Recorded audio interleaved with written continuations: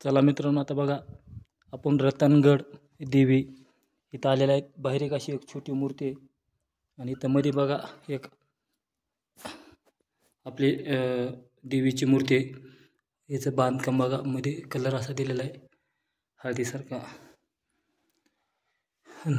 रतनगड हे बघा असे मूर्ती आहे।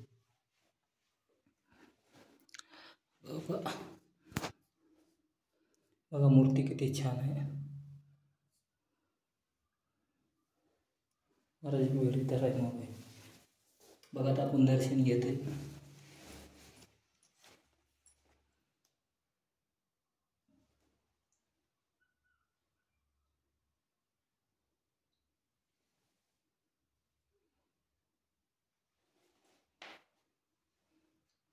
हे रतनगडावरची देवीची मूर्ती ज्या टायमाला समुद्र मंथन झालं त्या टायमाला जी रत्न निघालते ती ह्या देवीच्या हवाली केली होती असं म्हणणं आहे। आणि ही देवी सर्व रत्न घेऊन इथं थांबलेली आहे। ती पुन्हा परत एक एक रत्न सर्व देवाला वाटून दिले, हे असं इथे एक एक आहे। चला तुम्हाला बाहेरचा परिसर दाखवतो। बाहेरचा परिसर काय दाखवतो बघा, तरी पण थोडं बघू आता।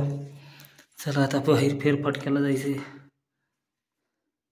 आवाज बघ कसा घुमतोय इथं मध्ये। हे मेन रतन देवी। आता बाहेरचं बघा, ही बाहेरचा परिसर असा आहे। चला मित्रांनो, आता बाहेरच्या मंदिराच्या परिसर बघून घ्या। हे बघा इथं एक थोडा बाजूला इकडे असा एक फिरायला, इथं बघा असा फेरफटका हाणायला आहे। हे बघा असं एक आहे, खाल्ला नजारा बघा कसा आहे ते। महाराज इकडे माणसं आहेत राहायला। मावशी इथं राहायला आहेत का? कोणते ते कामवाले?